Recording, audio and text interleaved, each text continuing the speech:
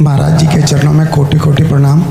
महाराज जी एक दोहा पढ़ने के बाद हृदय स्वीकार नहीं कर पा रहा कि ढोल गवार शूद्र पशु नारी सकल ताड़ना के अधिकारी। जी, इसमें गोस्वामी जी ने बहुत सूक्ष्मता से वर्णन किया। महापुरुषों के वचनों को हम सूक्ष्मता से समझ पाए। प्रायः ऐसा कह करके हम कहीं कहीं माताओं बहनों की अवहेलना करते हैं, कई जगह हम इसका प्रयोग कर देते हैं। अरे वो गोस्वामी जी ने लिखा है ढोल गवार शूद्र पशु नारी सकल ताड़ना के अधिकारी। अब इसकी व्याख्या सूक्ष्मता से सुने और विचार पूर्वक। शास्त्रीय प्रमाण के अनुसार ढोल है ना,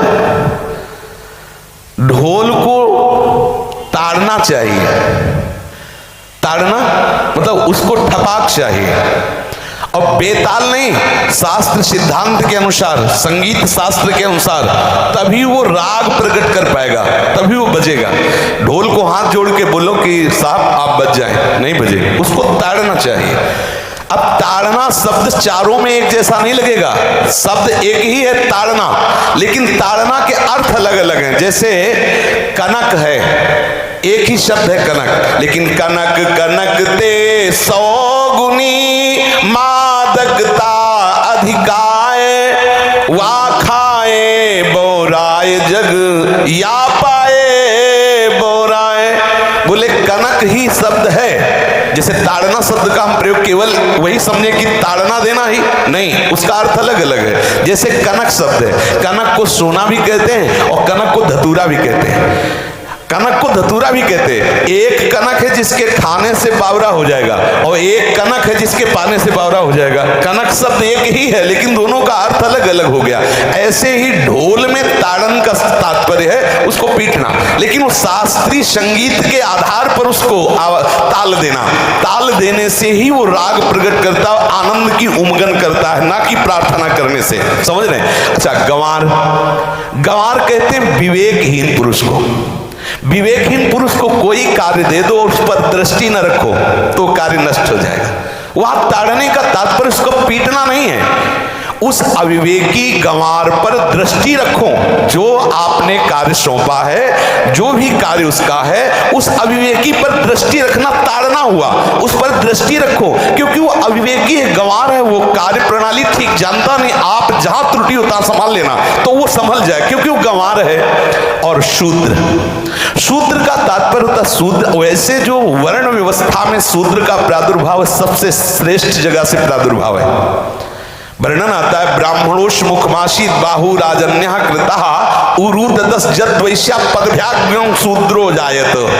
भगवान के श्री चरणों की ही वंदना होती है प्राय, आपने देखा सबके श्री चरणों की, और शूद्रों का प्रादुर्भाव श्री चरणों से हुआ है। कोई ऐसा न समझे कि शूद्र का मतलब निकृष्ट होता है। यहाँ शूद्र का तात्पर्य जब से किसी से कहते हैं कि शूद्रवत आचरण करता है, मतलब शास्त्र विरुद्ध सदाचार के विरुद्ध आचरण करना शूद्रवत आचरण की तरफ संबोधन किया जाता है। यहाँ कहा गया कि शास्त्र की सम्मति, शास्त्र के शासन के अनुसार आचरण हो, सदाचार परायण हो। शास्त्र जिसके लिए जो विधान करता है, शास्त्र शासन स्वीकार करना, यहाँ शूद्र के ताड़न की बात कही गई। यहाँ शूद्र ताड़न का तात्पर्य डंडे से प्रहार करना नहीं, समझना।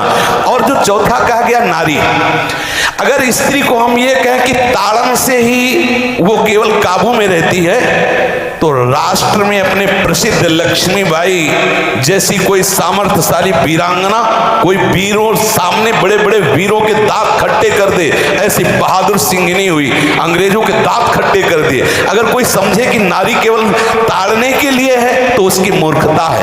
पुरुष और नारी का समान प्रादुर्भाव हुआ है। भगवान ब्रह्मा के श्री अंग से दाहिनी तरफ से महाराज मनु और बाईं तरफ से उनकी पत्नी उनका प्रादुर्भाव हुआ शतरूपा। शतरूपा, अब आप बोलो एक ही शक्ति के दो भाग हो गए, एक पुरुष रूप धारण कर लिया, एक नारी रूप धारण कर लिया। अब यहाँ विचार जो है कि उस नारी के ऊपर ताड़न शब्द का क्या प्रयोग है। जैसे आप मार्ग में चले जा रहे हैं और आपने दृष्टि चूक कर दी और नारी आपकी स्त्री पीछे चल रही, तो कोई हमला कर सकता है, क्योंकि वो रत्न है। 14 रत्नों में एक रत्न स्त्री रत्न भी है। स्त्री को रत्न कहा गया है। भगवान श्री राम जब वनवास में जा रहे हैं तो सिया जी को आगे नाव में जब चढ़ाना होता तो पहले सिया जी को चढ़ा, सीए चढ़ाई चढ़े रघुराई, पहले आगे।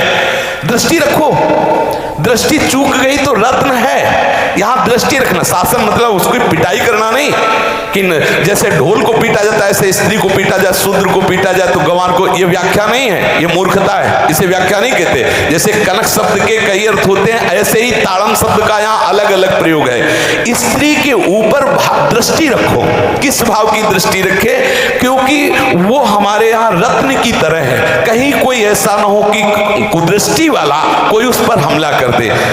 पाणी ग्रहण संस्कार में रक्षा का भी सूत्र बताया जाता है कि आपको अभी ये समर्पित है, आप इसकी रक्षा करें। हमारे शास्त्रीय सिद्धांत में देखो कभी भी स्त्री को अकेला छोड़ने का सिद्धांत नहीं पाया गया। अगर शास्त्रीय सिद्धांत, बच्ची है तो माता पिता के शासन, थोड़ी बड़ी हुई तो भाई आदि के बीच में, और बड़ी हुई तो पति के, और बड़ी हुई तो पुत्रों के, मतलब एक सानिध्य का एक दृष्टि रखी गई है कि यदि आप अपनी दृष्टि में रखेंगे तो उसका अमंगल नहीं होगा, उसका हित नहीं होगा। ये जो जैसे मानो कोई सी स्त्री को अकेला कोई पा गया और कुमार्गगामी वृत्ति वाला हुआ, तो आज जो घटनाएं सुनने को मिलती हैं, अगर हमारी दृष्टि हो उस पर तो ऐसा नहीं हो सकता। और दूसरी बात यह है कि स्त्री को बुद्धि स्वरूपा भी माना गया। भगवान से भीष्म जी कहते हैं, मैंने अपनी कुंवारी कन्या बुद्धि को, हमारी कुंवारी कन्या है बुद्धि, सदैव सुरक्षित रखा है, आज आपके चरणों में समर्पित करते हैं। तो शास्त्र शासन के द्वारा बुद्धि को सदैव अपने अधीन रखो, कहीं बुद्धि कुमार्गगामी ना हो जाए। यहाँ स्त्री के ताड़न का केवल एक सूत्र है कि आप उस पर दृष्टि बनाए रखें, कहीं स्त्री रत्न कहीं अपवित्र ना हो जाए, कहीं दूसरे का किसी तरह से कुमार्गगामी लोगों का ऐसा कोई बर्ताव ना हो जाए, इसलिए सावधान। वहां उसको पीटने का शब्द नहीं है कि ढोल गवार शूद्र पशुनारी सकल ताड़ना के अधिकारी। ताड़ना का तात्पर्य वहां पीटना नहीं तो विद्वता में देखो तो एक से एक, साधुता में देखो तो एक से एक, वीरांगना देखो एक से एक, ऐसा नहीं कह सकते, क्योंकि जो सामर्थ्य पुरुष में वही सामर्थ्य भगवान ने स्त्री में भी दी, क्योंकि भगवान के ही दो रूप हैं, एक स्त्री और एक पुरुष, समझ रहे ना। तो इसमें एक ताड़न शब्द का कई अर्थ होता है। भगवान की साक्षात शक्ति स्त्री है। अगर कोई इस भाव से देखे कि स्त्री तो केवल ताड़ना मतलब केवल गाली दे के बात करना, ऐसा नहीं। जिस घर में स्त्री का अपमान होता है उस घर का नाश हो जाता है, निश्चित हो जाता है। आप देखिए रावण का सत्यानाश हो गया जगदम्बा सीता के प्रति, दुर्योधन का सत्यानाश हो गया द्रौपदी के प्रति। जहां स्त्री का अपमान हो जाए, अगर कोई ये समझे कि स्त्री केवल मतलब जैसा हम चाहें वैसा व्यवहार करे, तो अगर नाश ना हो जाए तो हमें बता देना, क्योंकि भगवान की वो शक्ति है। अगर उसे तुम सोचो कि हम ताड़न करें, जैसे ढोल को ताड़न करें ऐसे ताड़न करें, तो तुम्हारा नाश हो जाएगा। बिल्कुल सच्ची बात समझ लीजिए। केवल वहां दृष्टि रखने की बात कही गई है, आपका अधिकार है, आप उसकी सुरक्षा व्यवस्था में रहें। और एक वृत्ति होती है, अगर शासन ना हो तो हमारी बुद्धि भ्रष्ट हो जाए, हमारी बुद्धि भ्रष्ट हो जाए, आपकी बुद्धि भ्रष्ट हो जाए। भगवान का भय, शास्त्र का भय, लोक मर्यादा का भय, ये हमको सुरक्षित रखता है। इसलिए दृष्टि रखने की आवश्यकता है कि वो पवित्र रहे, वो सुरक्षित रहे, ना कि उसको पीटने के लिए यहाँ संबोधन किया गया गोस्वामी तुलसीदास जी ने। इसलिए सावधानी पूर्वक अपनी वृत्ति को पावन रखते हुए महापुरुषों के वचनों को समझने की चेष्टा की जाए। गोस्वामी जी ने जो यहाँ कहा, ढोल गवार शूद्र पशुनारी सकल ताड़ना के अधिकारी, तो ताड़ना का अलग अर्थ है, अलग अलग। जैसे ढोल में ताड़ना, तो वैसे ही सब जगह नहीं ताड़ना लगेगी। आप देखो पशु जो है, चालक जो घुड़सवार होता है उसको ताड़ना एड़ी से देता है। अपने चालक जो होता है घुड़सवार एड़ी से, किसान जो होता है वो बैल को बोलता है दाहिने, जैसे हल जोतने होता है बाएं, वो भाषा समझता है, बाएं मुड़ जाए, और नहीं मुड़ता तो पीछे अरई है एक छड़ी, उससे वो इशारा देता है, वो समझ जाता है। पशु को अपने इशारे से चला लेते हैं। अब उससे कहे खड़ा होकर हाथ जोड़ के कहे कि भैया बैल देवता अब थोड़ा दाहिने मुड़ जाओ, तो नहीं मुड़ेगा। जब लगाम पकड़ी और थोड़ा ताड़न किया और बोले दाएं, तो फौरन दाहिने मुड़ गया। आप देखो जो बैलगाड़ी चलाते हैं, घोड़ा गाड़ी चलाते हैं, ऊंट चलाते हैं, तो पशु शासन के द्वारा उसको इशारे से किधर चलना उसको इशारा बता दो। अलग अलग जगह इस ताड़न शब्द का अर्थ प्रयोग किया गया है।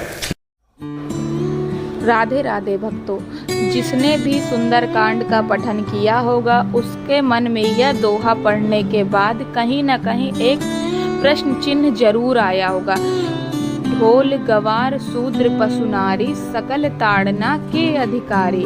और मैं भी इसका पठन करती हूँ। मेरे भी मन में जब मैं ये लाइन पढ़ती हूँ तो यह प्रश्न आता है कि ऐसा क्यों लिखा था गोस्वामी जी ने। तो उसका आज महाराज जी ने बहुत ही सुंदर जवाब दिया। हमारे मन में जो भी प्रश्न उठते हैं वो कहीं ना कहीं किसी न किसी सबके मन में उठते हैं और वो कोई आके पूछ लेता है और हमें हमारा जवाब घर बैठे बैठे मिल जाता है। महाराज जी ने आज हमको समझाया कि इस दोहे का क्या अर्थ है।